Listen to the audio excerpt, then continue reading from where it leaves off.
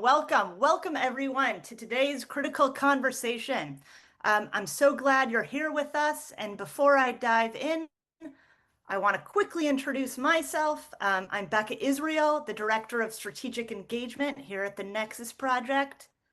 For those of you who are not familiar with our work, our mission is to fight anti-Semitism and its weaponization, protect free speech, and uphold our democratic institutions. Our work equips policymakers with the resources and guidance they need to understand and address anti-Semitism and to build effective alliances to combat it. A little housekeeping before we get started. Today's call will be recorded and there will be room at the end of the second panel for questions. So throughout the webinar, please feel free to send your questions to the host via the chat and we'll address them during the Q&A. I want to welcome Representative Raskin, whom you all know. I want to thank you, Congressman, on behalf of the Jewish community, the LGBTQI community, and many other communities for your voice and leadership. As I tell my kids, like, you give me a great sense of hope for the future of this country. And Judy Lichtman, a civil and human rights advocate. She's currently the advisor to the National Partnership for Women and Families. Judy's resume is so unbelievably impressive.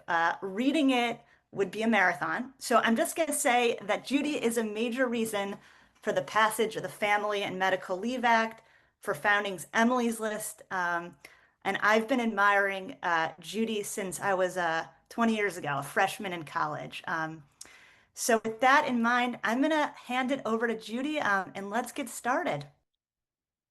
Thank you so much, Becca. And Congressman, I couldn't echo more strongly Becca's wonderful thank you to you for your absolutely amazing and important support.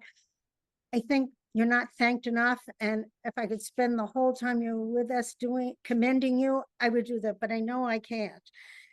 I want to set the context for my question with your quote.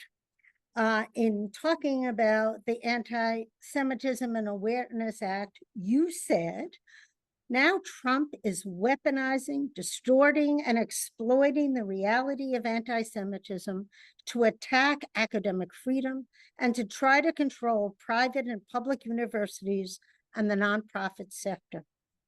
Your words highlight the critical concern that Becca just mentioned that goes to the very heart, really, of the very concern that Nexus was created to address. And I want to ask you, how are you right now faced with the realities of the kind of weaponization that we see? How are you dealing with it? What are your strategies? What are the kinds of policies and strategies you want to bring to bear right now?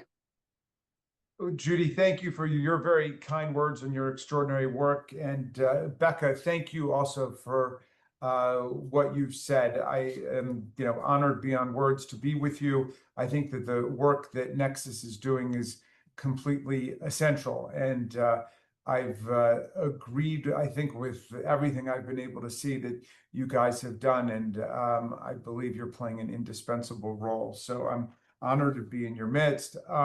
Look, we're living in a very tough time. I don't need to tell you, we're in the fight of our lives here to defend strong democracy in America and on Earth against, I suppose we're moving into some kind of competitive authoritarianism, which is what they call it, where, one authoritarian political party, one autocratic party takes over the government and then uses all of the weapons of state power to entrench themselves and to antagonize and suppress the opposition, the media, the free academy, freedom of speech, and so on. And if democracy and freedom are under attack in America, then it's a very dangerous situation for other people on Earth who are trying to defend democracy and freedom and human rights against authoritarian and autocratic regimes and powers.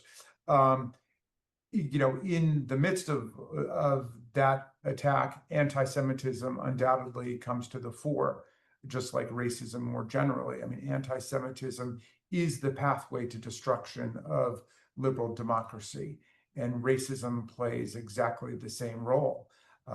It's a way to channel everybody's frustration and discontent against scapegoats, and to vilify and demonize people. And so the defense of democracy and the defense of freedom is also opposition to anti-Semitism and to racism, and implies the defense of every besieged minority group. So that's the fight we're engaged in, and I'm just pleased that I'm working with, I believe, millions of people across the country who are in the same fight. I'm going to ask you two questions back to back.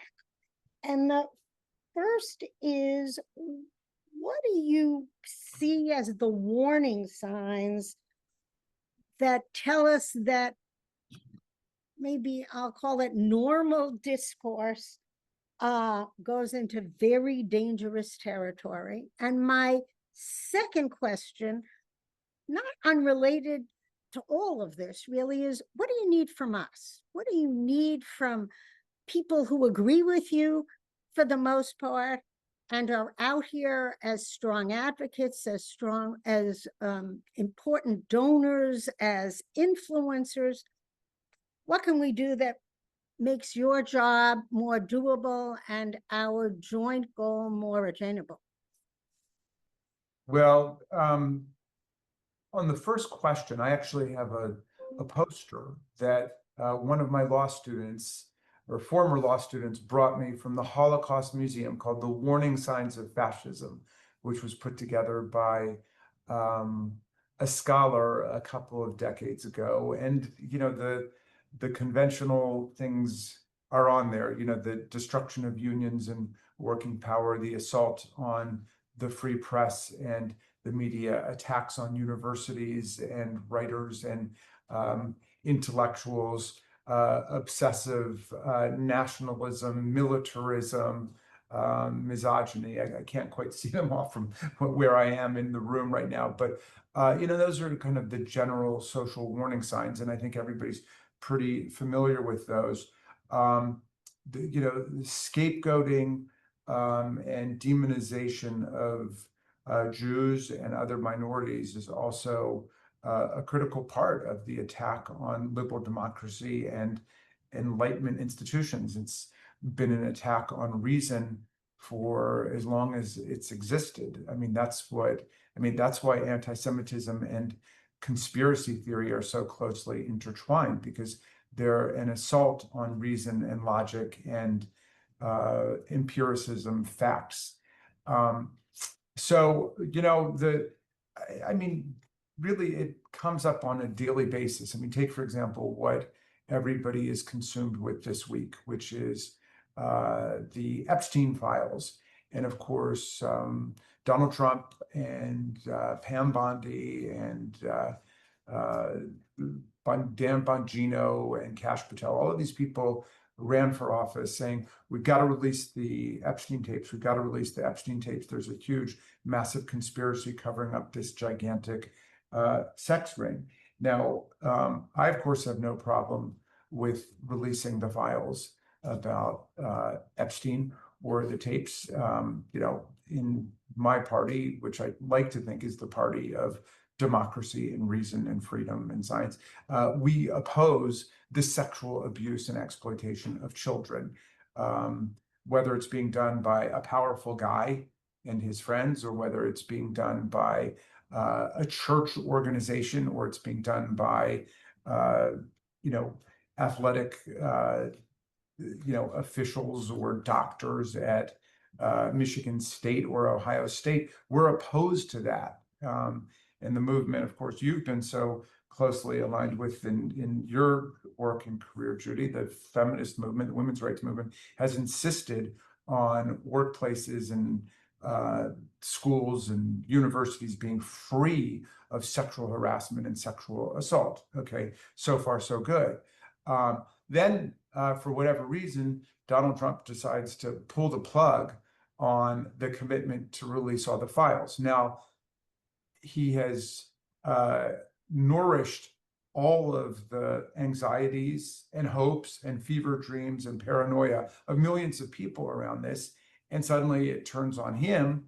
And a lot of that conspiracy theory is now getting totally out of control and is being infused with, anti-Semitism, all kinds of, groundless, fantastical things, because Trump, who was going to release all of the files, has not released them, and it's gotten out of control. So this is the kind of unstable and dangerously toxic political environment we're in, where almost anything can be injected with anti-Semitism or racism or conspiracy theory, which is the opposite of actually trying to make progress in protecting people against abuse, rape, sexual assault, and making progress for women and men and boys and girls in society. But it's, of course, it's not just women we're talking about. I mean, if you look at the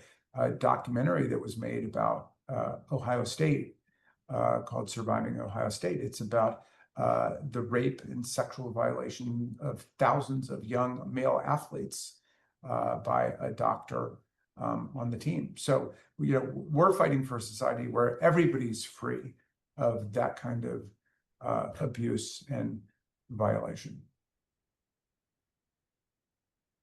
Oh, I'm sorry. And your other question, I forgot your other question about, what do I need from everybody? Well, look,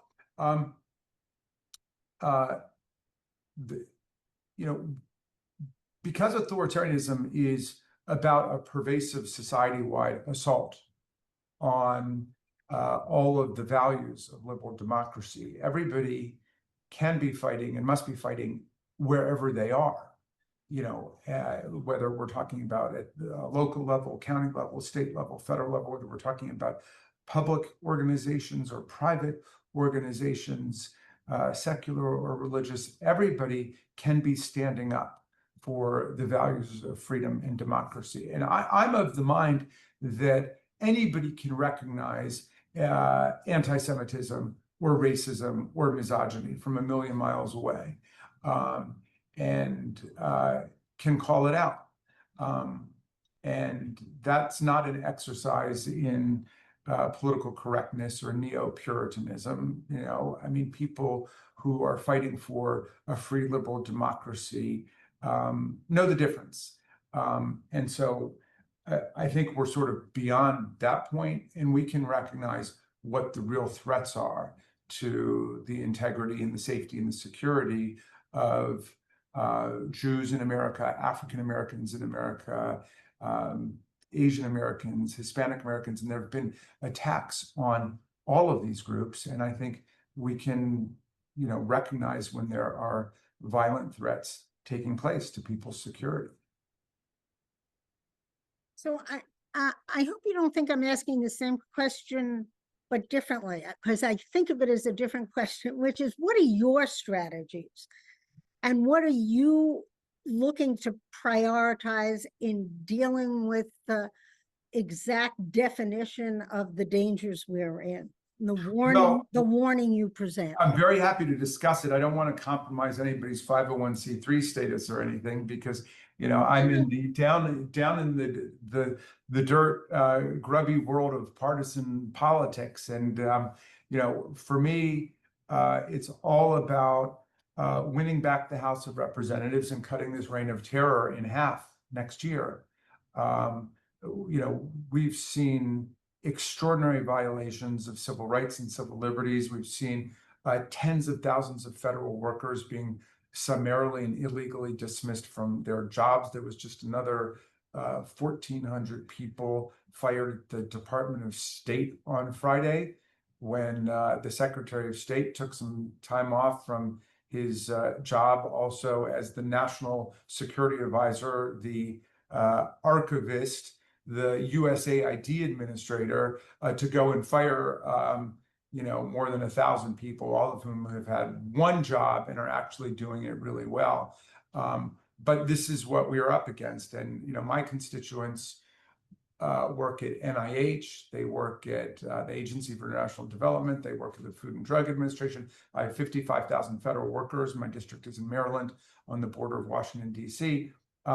And they have been absolutely cheated out of their rights under the civil service system, and have had their First Amendment rights violated, their due process rights violated. And so we're involved in that struggle. In my job as the ranking member of the House Judiciary Committee, I have organized the entire Democratic caucus to get involved in litigation around the country. And a few of the cases we're bringing ourselves, where we actually have standing, but there are very restrictive standing rules governing the involvement of members of Congress. So we've participated on an amicus basis. A number of the judges have quoted and cited our participation in our briefs, but we've done everything from the executive order purporting to strip birthright citizenship from people to the assault on probationary federal workers. We've been winning in more than 95% of or more than 90% of the cases so far in terms of temporary restraining orders and preliminary injunctions against this reign of lawlessness and chaos. But ultimately, a court strategy will not suffice. Part of the reason for that is that the Supreme Court is a danger zone for us, where we've lost our worst cases. And that Supreme Court, of course, has been spliced and diced and gerrymandered by Donald Trump and by Mitch McConnell.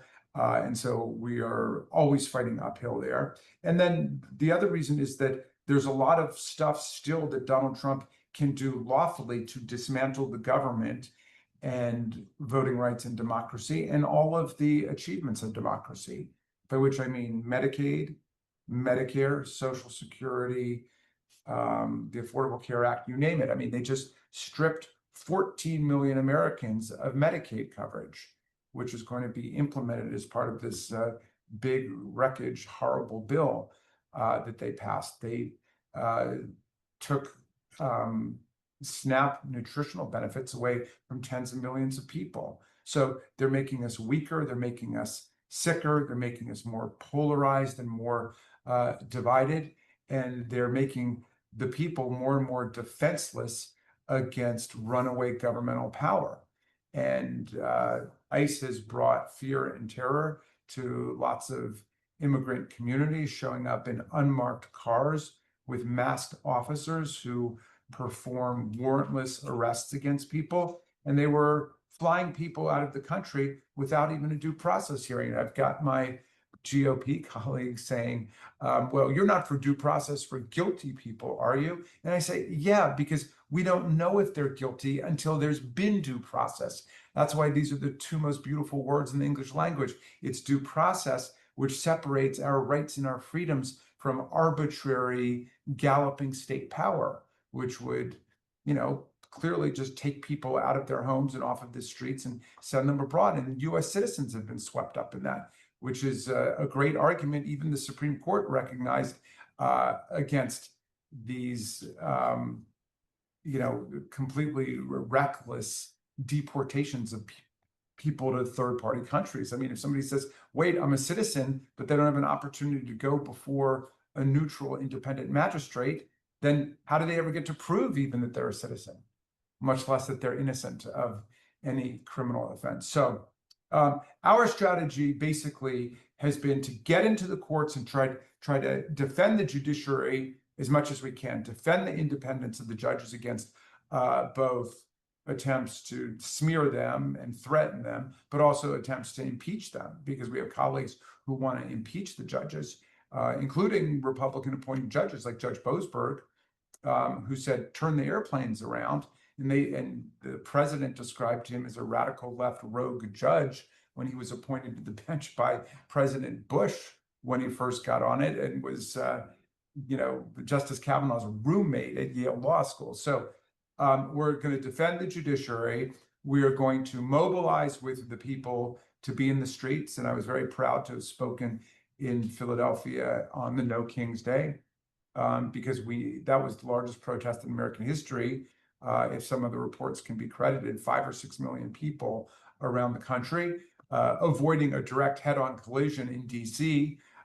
With Donald Trump's troops and the Proud Boys and Oath Keepers. I mean, he's got a private militia that he's pardoned that is at large that he would love to call into service from their stand back, stand by readiness posture in order to attack people in protests. And so I think that Indivisible was very clever in saying, we're not going to fall for that trap. We're going to have 2,000 protests all over America, demonstrating the breadth and the strength and the fearlessness of the movement. And so I think that's a critical part to keep everybody's spirits up, to make sure that our Democratic allies around the world understand that we're fighting in America and that Donald Trump does not speak for the majority of the people here. And there were certainly a lot more people who came out for the No Kings Day rallies than came out for his military extravaganza sideshow.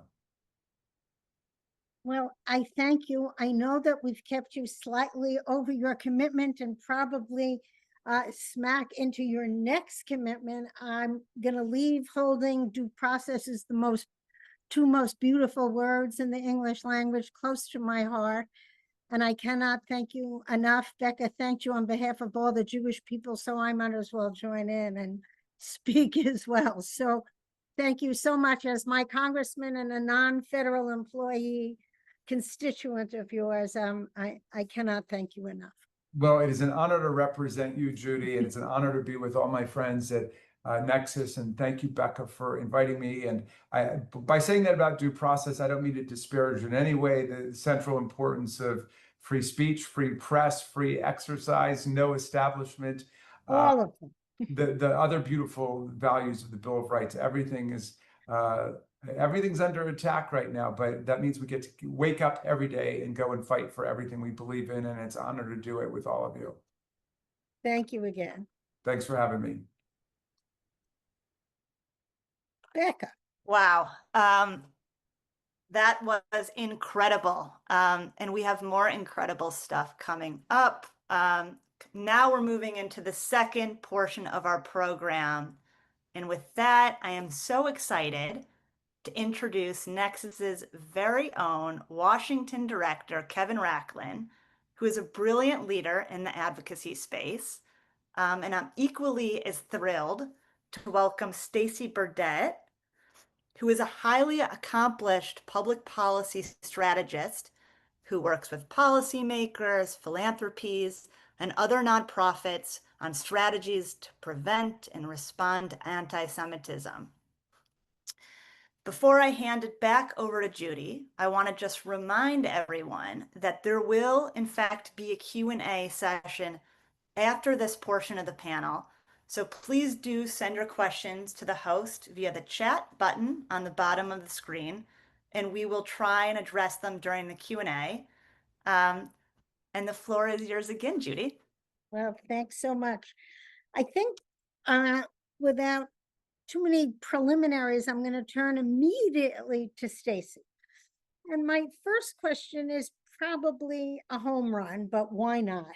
So Stacy, what are the major advocacy and policy issues you're working on that we ought to call and that you want to definitely call our attention to? Focus us on what's really important right now. Thank you, Judy. And thank you, Becca and Nexus. I think, the issues you choose, the advocacy we choose depends on what outcomes we want. And I think, the congressman set this up perfectly. The situation is dire. Anti-Semitism is serious, growing, and the stakes of fighting it are high. And the stakes in a lot of other zones are high, but anti-Semitism is so deeply embedded in the hate movement. And, we heard about the Epstein files, conspiracy theory. So we've got to look at the big picture. And even if we're looking at the big picture only for the sake of protecting Jews, it focuses us on some very central priorities that I think everyone shares. You know, Jewish safety is a priority. It's anti-Semitism is coming from all over the place. It's very, very serious. And looking through just that safety lens, we need allyship. If we want to win this fight, and of course, this fight is about democracy and so many other things, but even just to keep our kids safe, we need allies, we need solidarity. So this is the right thing to do, but on top of all of that, we need it to win. And so preventing fractures and division, whether it's inside the Jewish community or in our progressive movement or in America, it's dangerous for us, and we cannot win with that. And so our ideals also compel us to fight for all of these other issues. You know, the congressman wove them in beautifully. Pluralism and democracy are the key ingredients of our safety. And we have been rounded up before. We know that attacks on freedom don't just come for a Palestinian activist or one group of people. So, you know, this authoritarian force that we're up against is very clear about what it wants. It's not going after one group. It's going after anyone who disagrees, anyone who educates, any philanthropy that funds liberalism and freedom. They are coming, and Jews inhabit all of those spaces. We aren't faking it. We really believe in those ideals. So the good news is we're very important right now. We're not just a tiny group of Americans. We are essential. We have the primary authoritative voice on the problem of anti-Semitism, which is being used now as a pretext to encroach on all these liberties. So our response is really determinative, and it sets the tone. So I think that, you know, Congressman Raskin said it, what we're all saying, we're in the fight of our lives. And I think we need to pivot away from some of the tools we've used in the past. Big parts of the advocacy community on anti-Semitism are all sticks and no carrots. That is not relationship building. That is a path to even more isolation. Ask Jews what they're worried about. They feel alone. Where are my friends? Where are my allies? So I think that our tactics have to be choosing togetherness, choosing to join with other people. We are not made safer by walls. And so I think in this big picture, whatever, if a Jewish organization or one community can come together around the rubric of togetherness and fighting for everyone's safety, including Jewish safety, then your tactics are clear to you.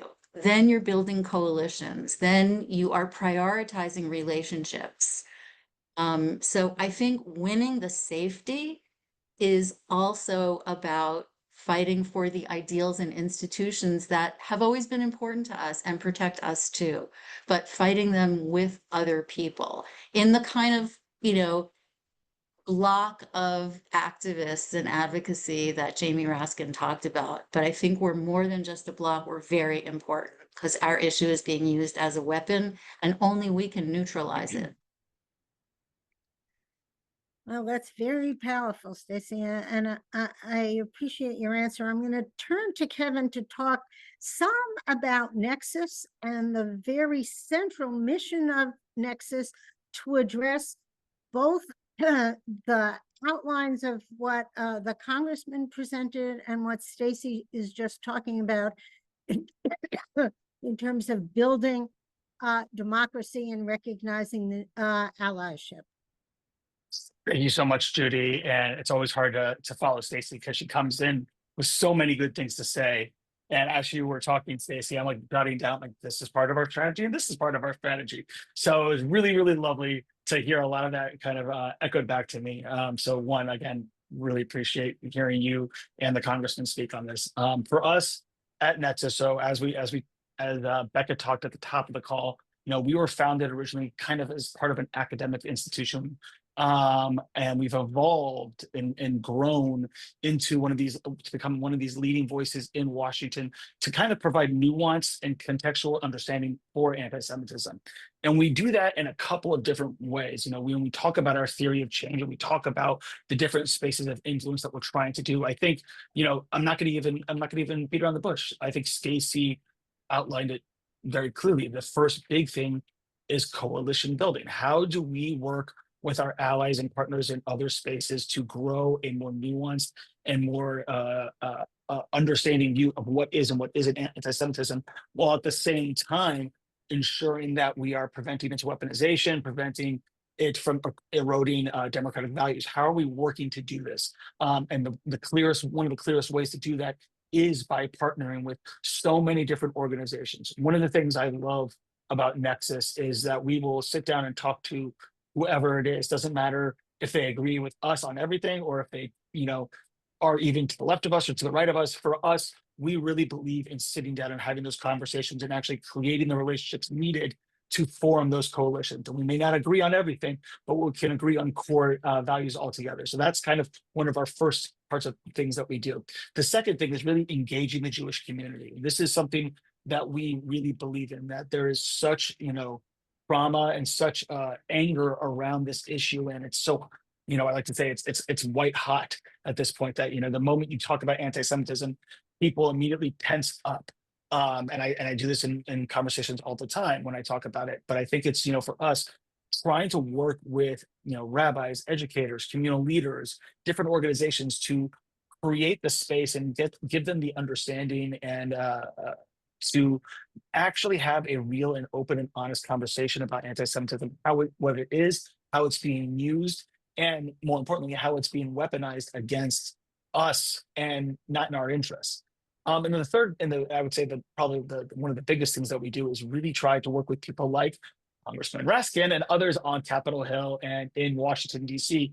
to really kind of give them that space to engage on this issue effectively. When we talk about what is and what isn't anti-Semitic on the Hill, when we talk about these different policy issues, it can sometimes run afoul of just sheer politics. And what we do is bring in not only to bear our amazing leaders, like so many of you on this call, but we also bring in the policy expertise to talk about it and to give them the tools to actually be able to have the conversation that they need to have around anti-Semitism without coming into tripwires and getting themselves into trouble, and kind of giving them that understanding. And one of the things we've discovered, particularly around the weaponization effort, is that so many members see it but don't know how to quantify it, don't know how to talk about it. It was really refreshing to hear, Congressman Raskin just name the fact that, this thing that is directly impacting our community is being abused and weaponized to actually make us less safe in America. And that's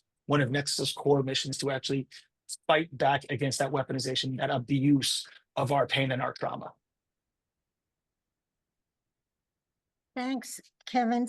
Stacy, I'm going to turn back to you. So much of current conversation, sometimes I think hourly or minute by minute, concerns the plight and the need for protecting Jewish students from harassment, and at the same time protecting free speech and academic freedom. Will you talk some about the challenges in doing both at the very same time? Look, democracy has always required us to walk and chew gum at the same time. We are the people who are forever turning it around in our minds. And, I'm so inspired by hundreds and hundreds and hundreds of rabbis and Jewish community leaders who have come out to defend some of the protesters that have been detained. And yes, the one student just wrote an op-ed and was targeted, but some of the protests have been a place where anti-Semitic things are said. And when I see people in the Jewish community so clear saying, yeah, I don't like what he or she said, give them due process. I'm going to fight for it with my name on a letter in front of my congregation, in front of my community. That's what we stand for. And I think that the clear path is there. And, college campuses are different because there's a First Amendment, right? Anti-Semitism is protected speech. Ask your European friends what they think about it. They think it's bananas. Anti-Semitic language is protected. But on campuses, most every school has rules or has revised rules and has new rules saying there's a time, place, and manner in which you can express yourself. And just because you can say something doesn't mean you should. And so colleges have codes. You might scream something, and in a demonstration of 100 people, 10 people may not know that that chant scares Jews. But the rules are there to say we're educators. We're in a community here on our campus, and we can take extra caution with speech that scares people, speech that promotes hate. So we have the First Amendment. We have the rights of due process, but on campuses, good administrations and terrific students, in the Jewish students, are engaging in that middle path, saying, we know that there's a war going on that a lot of people oppose. Here's what you can do to make us feel part of this community without shutting people down. Let's face it, there are organizations identified with the Jewish community that are giving lists of names that the government is using. And so I think for the average person, the average activist, the average rabbi, we see that middle line. And of course, a university is a marketplace of ideas, and people can say things about Israel that are wrong and unfair. But when you are protesting, and you are saying something threatening, the rules are clear. And I see so many college administrators who are not confused or conflicted at all. I think the process of discipline is contorted and confusing. And too often we look and say, what are the consequences for hate? But yesterday I heard a member of Congress tell a university president that they should fire a faculty member because he set up a legal defense fund for one of the detainees. I would set up a legal defense fund for a person detained without due process. So I think the lines are being crossed everywhere, and the middle path for us is very clear. And Jewish students are showing me the way on this, and it's been really inspiring. Kevin, I want to turn to you for a minute to talk about Nexus's campus guide, because I think it just flows immediately after what Stacy set out as a way that Nexus is trying to address challenges, conundrums, very complicated situations for our kids and faculty, especially on campuses. No, and I'm glad you asked about it, because as Stacy was talking, that's all that was popping up in my brain was the campus guide. And so just to give everyone an idea of what this is, so last year, we started getting more and more on our task force, more questions on when do certain words become, or when are they anti-Semitic? When do they follow traditional tropes, non-traditional tropes? Does it conflate Jews and Israelis? All these kinds of questions that in many cases we were seeing as colleges were talking and administrators were giving statements, and the Hill was asking that they didn't have a proper tool to actually understand these tropes and these different words and how they can potentially be anti-Semitic or if they are not anti-Semitic. And so we sat down with our task force, which for those who don't know, the Nexus Task Force is a group of leading academic scholars that we call upon to really dig in deep on these kinds of questions, to really provide the academic rigor that the work for the work that we do.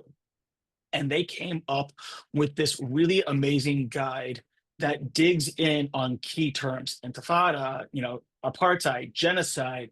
Do these, does it, evoke traditional anti-Semitic tropes? Does it evoke discrimination, violence, and hostility?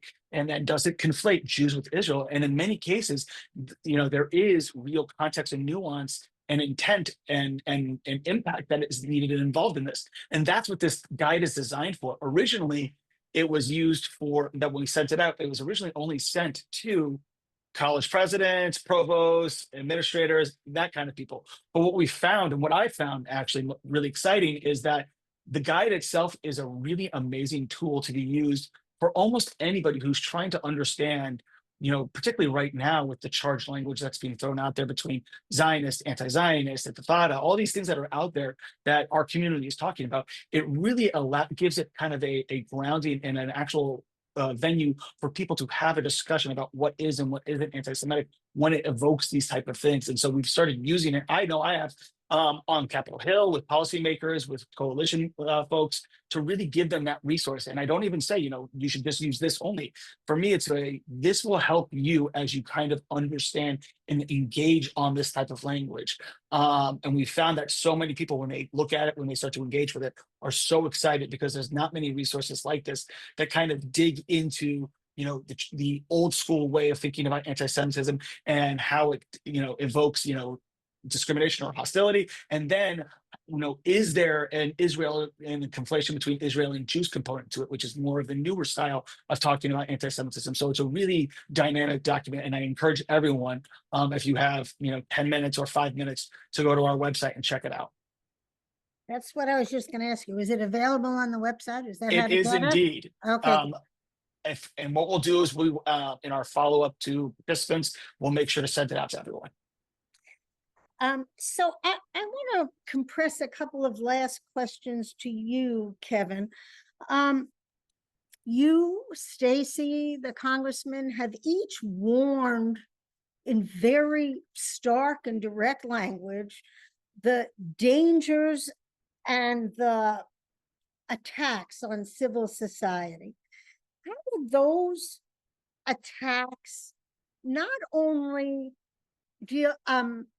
involve anti-Semitism, because I think you each already said that, but what should people be watching for? I'm very interested. We've got lots of participants today in what their takeaway is for what they ought to be watching for sure, but also what they can do. So in terms of what they should be watching for, that's actually a little bit easier for me to dig in on. The first thing is, I would question anybody who says they're the sole arbitrator of what is and what isn't anti-Semitism. And that's not just from our community, that's from any place and any type of thing. Anti-Semitism is very individualized. It's dependent on context. It's dependent on the impact of the person.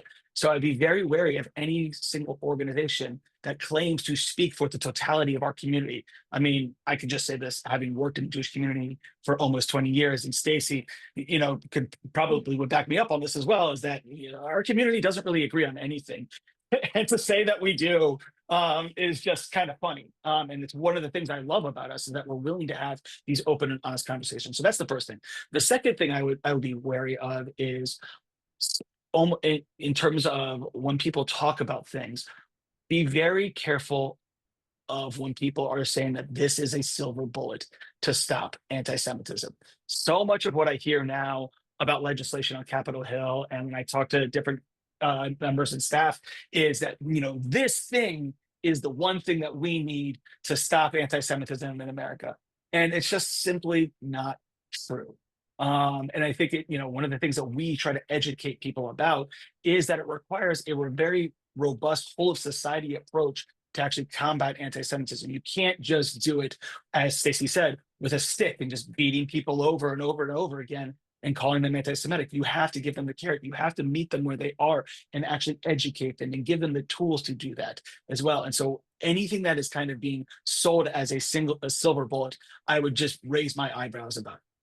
The third thing I would say, and then I'll stop, is I guess I would say anti-Semitism as a fig leaf. So much of what we're seeing from this administration under the guise of combating anti-Semitism is really a fig leaf to be used on to do something else.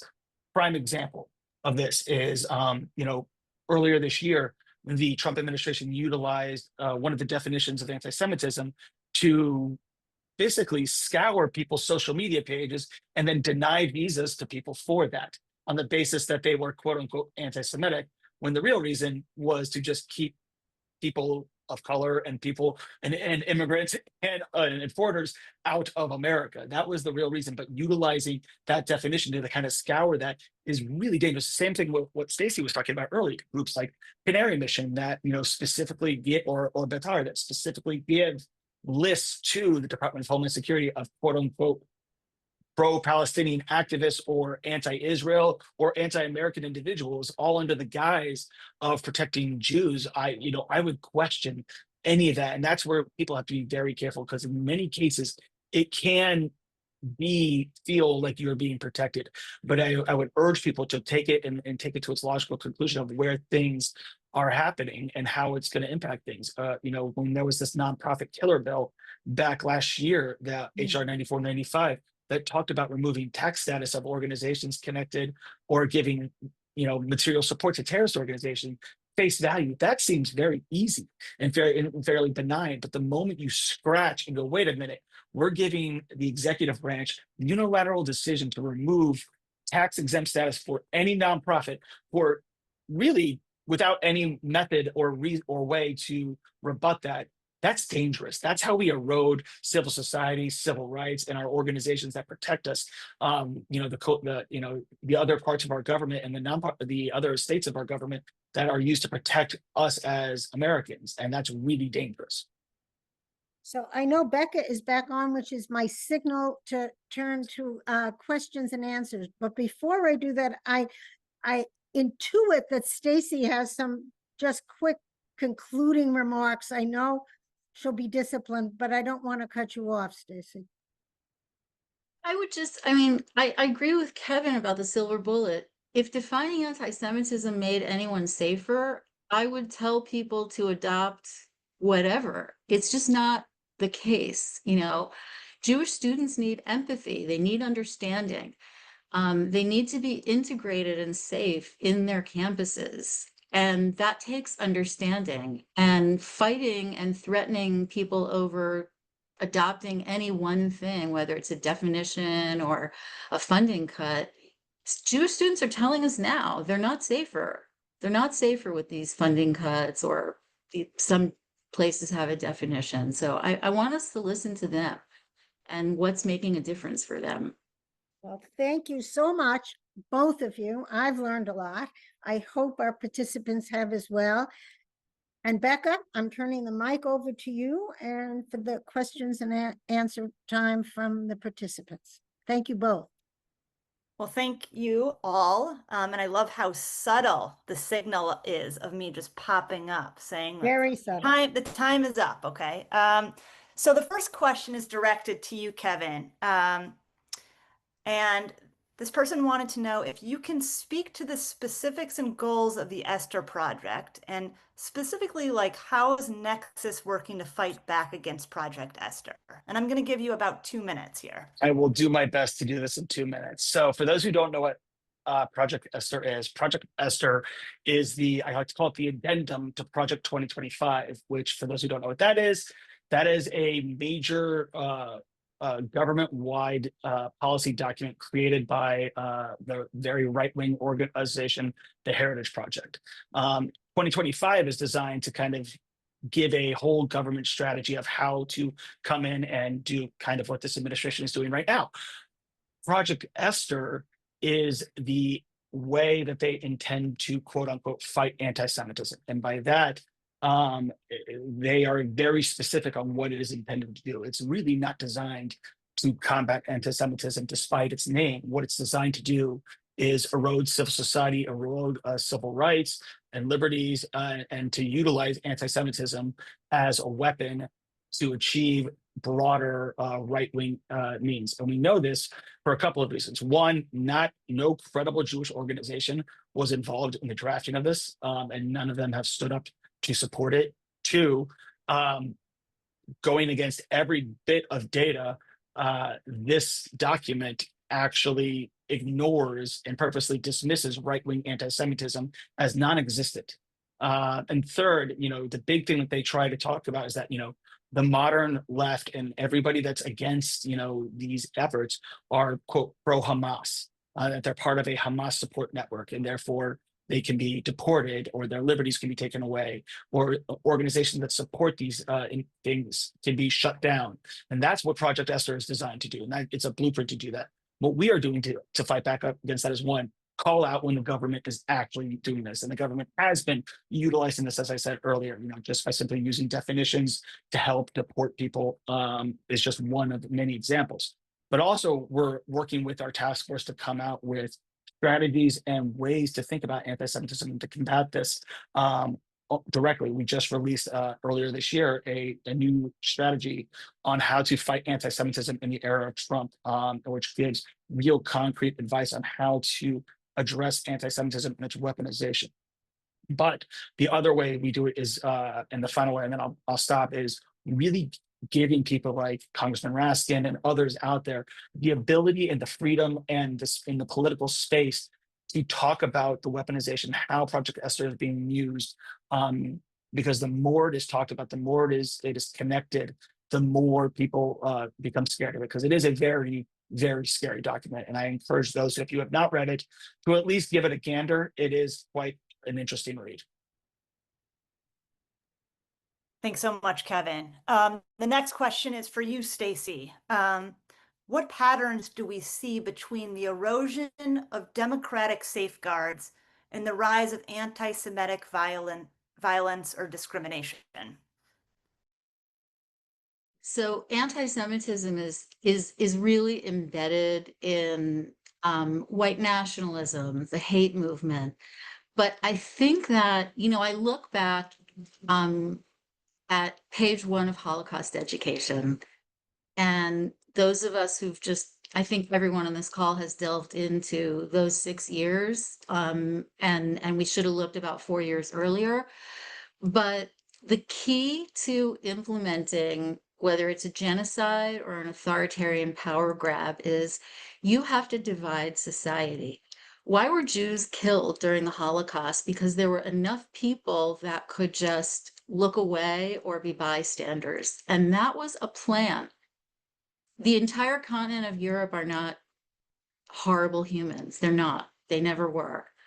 And this was a practice of picking people off one from another. And all of these tools like Project Esther, Project 2025 are about disarming the tools that bring people together, that rally people together, that educate people. And so when society can be divided, we can otherize other people. The Nazis first liquidated people with disabilities very, very early, and nothing happened. If we stand by while protesters who've said things I don't agree with, and maybe some things I would consider hateful, it's all different from person to person. If we stand by and do nothing, it's going, give a mouse a cookie, give an authoritarian a cookie, they are coming for more. And so these protections are existential for us. We've been the people detained before. And so, the ability to desensitize us to each other. These detainees were not picked by accident. Many of them are unsympathetic characters. That's who the Nazis chose. Jews were the unsympathetic character in the room. And once we are divided, once we can look away from each other's, people are disappearing in my community, being picked up right now. I hear about it every day. And it chills me. How do I wake up in the morning and brush my teeth knowing that that happened to someone in my neighborhood? So we have got to fight against our own desensitization, because that's why Jews were killed. Anti-Semitism could take hold in Europe because of all of the other mistrust and propaganda and division and desensitizing that the Nazis put in place. And we have those same elements now, and we have to fight them. Thanks, Stacy. That was incredibly powerful. Kevin, I think we have time for maybe one more question. You spoke about the campus guide. And so this question is about that. And how might different sectors, education, social media platforms, apply the campus guide differently? It's a really good question. So obviously the guide itself is intended for discussion and to be used as a way to educate people around different words and language being used. For me, when I look at how it can be used in different sectors for education, one, for the higher education sector, it was very, we found that it was very helpful for administrators to kind of have this tool to understand what could be anti-Semitic, how it could be interpreted as anti-Semitism, and that kind of thing. So it was really just a simple guide for them to kind of refer back to. But I do think, for other places like workplace anti-Semitism and how it can be worked there, it can be used as a training module to actually dig in deeply with staff to actually understand what is and what isn't anti-Semitism, to kind of facilitate conversations. And that's, I was just doing a speech with a group of individuals at the DC JCC recently, where I brought up the campus guide. And one of the things I brought up about it was the fact, and we actually started discussing it, was the idea that you can use this as kind of a start off point for a larger conversation about different words and how we see them, both as Jews, as, if you're progressive, if you're Republican, Democrat, apolitical, LGBTQ, the whole nine yards, that you can use this as a jump off point of like, okay, when we're talking about phrases like from the river to the sea, how do you interpret that? Where does that come from? What's its origins? How does it come to become anti-Semitic to some people and not to others? And so for many ways, I see the guide as really being part of a training module to help people really further understand anti-Semitism and the complexity around it and how it impacts not only the person that it's being said to, but also the person who actually says it. Because in many cases, so many individuals don't know what they are saying could be construed as anti-Semitic. And so it's important to give them the tools and to educate them on what that means and how it can be misinterpreted or interpreted correctly by an individual. Thanks so much, Kevin. And I hear what you're saying. I think, the wheels are turning, how applicable the guide is now to so many different industries and so many different places. Well, I'm cognizant of time and I want to be sure that we're ending on time. I want to thank Stacy, Judy, Kevin, as well as Congressman Raskin and his team for showing up today and sharing your expertise with the broader Nexus community. We're so grateful for each of you. We'll be doing more of these webinars in the coming months, so please be on the lookout for upcoming invitations. And in this profoundly scary time, I get so much hope from all of you. So thank you so much. And thank you to all of you for joining us today. Take care.